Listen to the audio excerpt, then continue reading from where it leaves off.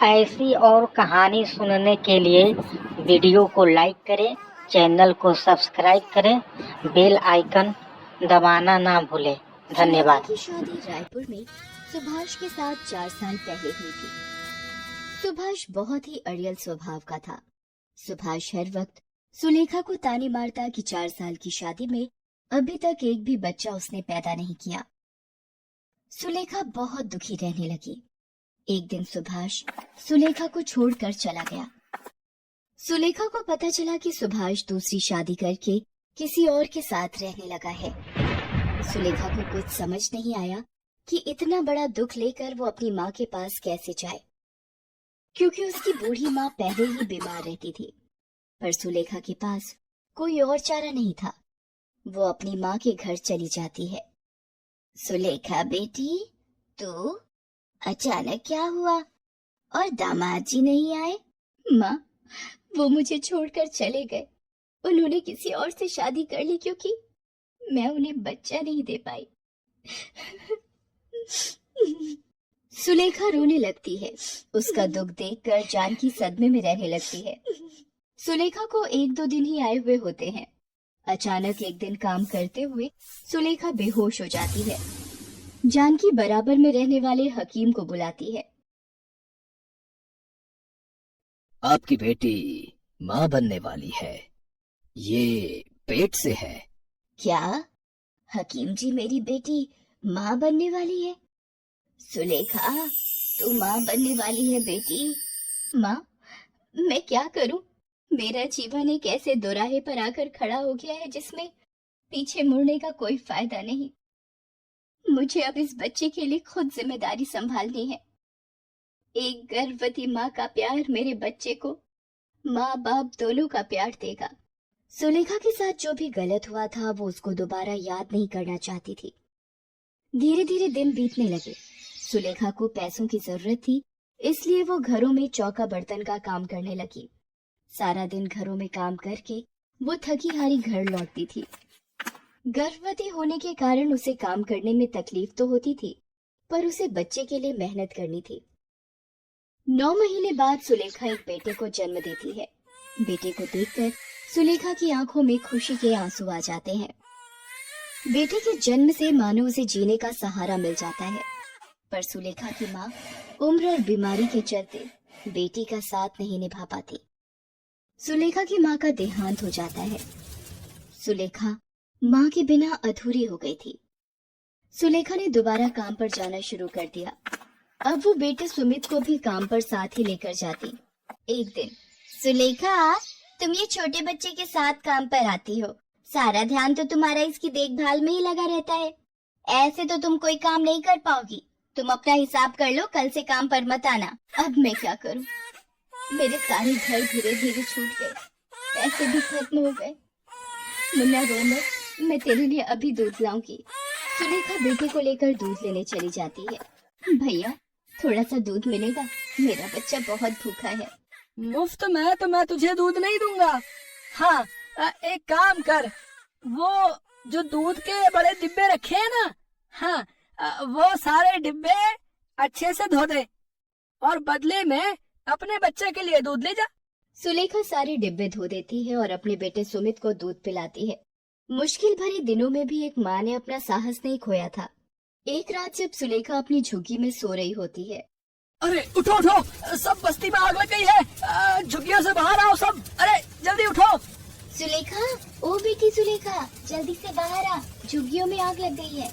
अरे ये आग कैसे लगी? मैं कैसे झुग्गी से बाहर निकलूं? अरे मेरा बच्चा, मैं कैसे जाऊं इस झुग्गी से बाहर? दरवाजे पर तो आग है। ये चादर लपेट देती हूँ मुन्ना को। हाँ, ये ठीक रहेगा। सुलेखा जैसे तैसे सुमित को बचाते हुए झुग्गी से बाहर निकलने लगती है। तभी एक जली लकड़ी सुलेखा के मुंह पर गिर जाती है। सुलेखा अपनी परवाह किए बिना सुमित को झुग्गी से बाहर सुरक्षित ले आती है, पर सुलेखा का मुंह एक तरफ से आग की वजह से जल जाता है। सुलेखा के पास इतने पैसे नहीं थे कि वो अपने चेहरे का इलाज करवा पाए, इसलिए उसका चेहरा देखने में भद्दा हो जाता है। पर सुलेखा इस बात की बिल्कुल परवाह नहीं करती। उसे यही सुकून होता है कि उसने अपने बेटे की जान बचाई और भगवान की कृपा से उसके बेटे को कोई नुकसान नहीं पहुंचा। दिन बीतने लगते हैं। अब सुमित स्कूल जाने लगा था और सुलेखा चाहती थी कि सुमित पढ़ लिख कर बहुत ही बड़ा आदमी बने, इसलिए वो दिन रात मजदूरी करके मेहनत करती रहती थी। एक दिन, अरे राजू आजा, रुक, मैं अभी अपनी कॉपी लेकर आया, तब तक तू कमरे में बैठ। नहीं सुमित, तू मुझे कॉपी यहीं दे दे, मैं अंदर नहीं आ रहा। वो तुम्हारी माँ को देखकर मुझे बहुत डर लगता है और रात को नींद भी नहीं आती। उनका चेहरा बहुत ही डरावना है। अच्छा ठीक है राजू। अरे सुमित, तुम्हारा दोस्त राजू आया था पर घर के अंदर क्यों नहीं आया? वो आपके डरावने और बदसूरत चेहरे से घबराता है। सिर्फ वही नहीं, मेरे सारे दोस्त आपका इतना खराब चेहरा देखकर डर जाते हैं, मानो किसी भूत को देख लिया हो।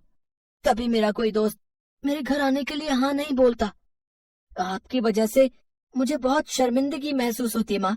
पता नहीं मेरी जिंदगी में ऐसी माँ क्यों लिखी है। लोगों की माँ बहुत ही सुंदर होती है, पर मेरी माँ बदसूरत क्यों है। सुमित गुस्से में कमरे से चला जाता है। सुलेखा रोने लगती है पर वो उस वक्त कुछ नहीं बोलती। समय ने अपनी चाल पकड़ी और सुलेखा की मेहनत से सुमित बड़ा होकर पढ़ लिखकर एक ऑफिस में नौकरी पर लग गया। सुलेखा को लगा कि शायद अब उसकी किस्मत के दिन पलटने वाले हैं। सुमित की नौकरी लग गई है और अब वो घर का खर्च भी उठाएगा और सुलेखा को आराम मिलेगा और वो बेटे का सुख भोग पाएगी। सुमित अपने ऑफिस की लड़की राशि, जिससे वो प्यार करता था, शादी कर लेता है। सुलेखा बेटे की खुशी की खातिर कुछ नहीं बोलती। एक दिन सुमित ऑफिस के काम से बाहर गया होता है। राशि अपनी कुछ सहेलियों को घर पर बुलाती है। माँ जी, आज मेरी कुछ सहेलियाँ लंच पर आ रही हैं। आप प्लीज उनके सामने अपना ये बदसूरत चेहरा लेकर बिल्कुल मत आना, वरना मुझे सबके सामने शर्मिंदा होना पड़ेगा। एक काम करो, आप अपना मुंह ढक लो, जिससे कि मेरी सहेलियों को आपका चेहरा नजर नहीं आएगा। आप जल्दी से सारा लंच बनाकर रख दो, तब तक मैं तैयार होकर आती हूँ। मेरी सहेलियाँ आने ही वाली होंगी। बेचारी सुलेखा कुछ नहीं बोलती और उदास मन से रसोई में खाना बनाने चली जाती है। दोपहर में राशि की सहेलियाँ लंच पर आती हैं और खाना खाने बैठती हैं। तभी सुलेखा वहाँ सब्जी का कटोरा लेकर आती है और वो जैसे ही एक लड़की को सब्जी देने लगती है। ये कौन है राशि? अरे ये मेरी नौकरानी है। अच्छा, तो खाना इन्होंने बनाया है? बहुत ही स्वादिष्ट खाना बनाया है आपने। अपने आप को राशि के मुंह से नौकरानी सुनकर सुलेखा घबरा जाती है और उसके हाथ से सब्जी लड़की के कपड़ों पर गिर जाती है। लड़की सुलेखा का मुंह देख लेती है और डर जाती है। उसकी चीख निकल जाती है। वो कहती है, कितना बदसूरत चेहरा, मुझे नहीं खाना इनके हाथ का खाना। फ्रेंड्स, आपने इनका चेहरा देखा है? अगर देखोगे तो 10 दिन तक सो नहीं पाओगे। अरे ऐसे कैसे तुम लोग जा सकती हो? खाना तो पूरा खाकर जाओ। नहीं नहीं, हमें अब भूख नहीं है। हम लोग अब चलते हैं। करा देना मेरी बेइज्जती। मेरी सहेलियों के सामने आपसे कितनी बार कहा था मैंने कि अपना ये मनहूस चेहरा मेरी सहेलियों के सामने बिल्कुल मत लाना, पर आपने मेरी एक नहीं मानी। आने दो सुमित को, मैं अब इस घर में एक पल भी नहीं रह सकती। सुमित के आने के बाद राशि तरह तरह की बातें बनाकर सुलेखा के खिलाफ उसे भड़काती है। सुमित, अब मैं एक पल भी इस घर में और नहीं रह सकती। अगर तुमने अलग रहने का फैसला नहीं लिया तो मैं तुम्हें छोड़कर अपने मम्मी पापा के घर चली जाऊंगी। माँ, हम और अब आपके साथ नहीं रह सकते। हमारा भी अपना जीवन है, हमारा भी अपना अलग परिवार बनेगा। जब हमारे बच्चे होंगे और आपका ये बदसूरत चेहरा देखेंगे तो शायद वो भी शर्मिंदा होंगे। इसलिए यही सही रहेगा कि हम आपसे दूर हो जाएं। मैं राशि को लेकर जा रहा हूँ, हम आज से अलग रहेंगे। पर सुमित बेटा, मैं तुम्हारे बिना कैसे रहूंगी? मेरा तो जीवन ही तुमसे है बेटा। मेरी तो हर सुबह हर शाम तुम्हें देखकर ही होती है। तुम्हारे बिना मैं जिंदा नहीं रह पाऊंगी मेरे बेटे, मुझे छोड़कर मत जाओ। सुमित सुलेखा की बात को नहीं मानता और राशि के साथ अलग घर में रहने चला जाता है। सुलेखा सुमित के जाने से बहुत दुखी हो जाती है। सुमित के बिना जीवन काटना सुलेखा के लिए एक सजा थी। एक सुमित ही तो था जो उसके जीने की आस था। सुमित के जाने के दुख से सुलेखा बीमार रहने लगी। उधर सुमित राशि के साथ दूसरे घर में रहने लगता है। एक दिन सुमित ऑफिस में होता है, तभी उसे अचानक हार्ट अटैक आ जाता है। उसके मुंह से माँ शब्द निकलता है। माँ, बहुत दर्द, माँ। सुलेखा सुमित के गम में बेहोशी की हालत में उसे याद कर रही थी। पड़ोस की श्यामा मौसी उसके साथ बैठी थी। ऐसा लग रहा है जैसे मेरे बेटे ने मुझे पुकारा हो, जैसे वो किसी तकलीफ में हो। मैं आ रही हूँ मेरे बेटे, तू चिंता मत कर, मैं आ रही हूँ। क्या हुआ सुलेखा? अरे ये तो बेहोशी की हालत में हो रही है और तेज बुखार भी है, लगता है इसे अस्पताल ले जाना होगा। श्यामा मौसी कुछ लोगों की मदद से सुलेखा को अस्पताल ले जाती है। वहाँ डॉक्टर सुलेखा का चेकअप करता है। तभी एक नर्स वहाँ आती है। डॉक्टर, एक इमरजेंसी केस आया है, कोई मिस्टर सुमित है, उनकी वाइफ मिसेस राशि उनके साथ है। मेरा बच्चा सुमित? डॉक्टर, पहले आप उन्हें देखो, मेरी चिंता मत करो। डॉक्टर सुमित को देखने लगता है। वो राशि से कहता है, देखिए, हमें जल्दी ही एक हार्ट की जरूरत है। इनका हार्ट पूरी तरह से डैमेज हो रहा है। अगर इनका हार्ट नहीं बदला गया तो इनकी जान भी जा सकती है। राशि रोने लगती है। सुलेखा उसे रोता हुआ देख लेती है। वो नर्स से कहकर राशि को अपने पास बुलाती है। राशि, रो मत बहू, मेरे होते हुए मेरे बच्चे पर आंच भी नहीं आ सकती, तुम चिंता मत करो।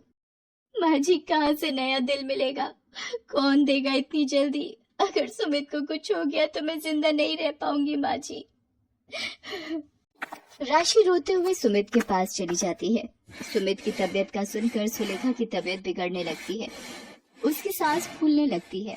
वो डॉक्टर से कहती है, डॉक्टर, मुझे पता है मैं अब नहीं बचूंगी। आप मेरा एक काम करना, मेरा ये दिल मेरे बच्चे को दे दो।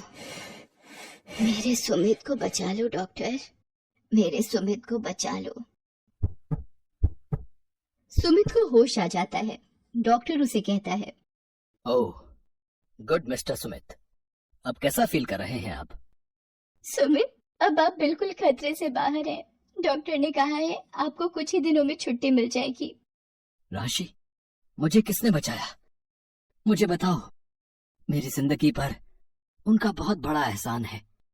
सुमित, जब आपको अस्पताल लाया गया उस वक्त आपकी माँ भी अस्पताल में थी। उनकी तबीयत बहुत ज्यादा खराब थी। उन्होंने जब आपके बारे में सुना, आज जो दिल आपके अंदर धड़क रहा है वो आपकी माँ जी का है। माँ, इतना बड़ा बलिदान मुझ पापी के लिए क्यों माँ, क्यों? मुझे माफी मांगने का हक भी नहीं दिया माँ। मेरी जिंदगी बचाने के लिए तुमने अपनी पूरी जिंदगी लगा दी माँ।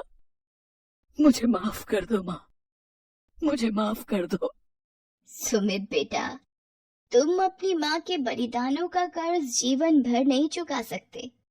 तुम अपनी माँ के जिस चेहरे को बदसूरत कहते थे, उस चेहरे पर जले का निशान बचपन में तुम्हें आग से बचाते हुए सुलेखा को मिला था। वो खुद आग की चपेट में आ गई थी, पर तुम्हारी माँ ने तुम्हें कुछ नहीं होने दिया। सुमित श्यामा मौसी की बात सुनकर बहुत रोता है। राशि भी अपने किए पर बहुत दुखी थी। सुमित गंगा घाट पर माँ की अस्थियों को प्रवाहित करता है और हाथ जोड़कर क्षमा मांगता है। सुलेखा ने एक बात ये साबित कर दी थी कि एक माँ का कर्ज बच्चे आजीवन नहीं चुका सकते।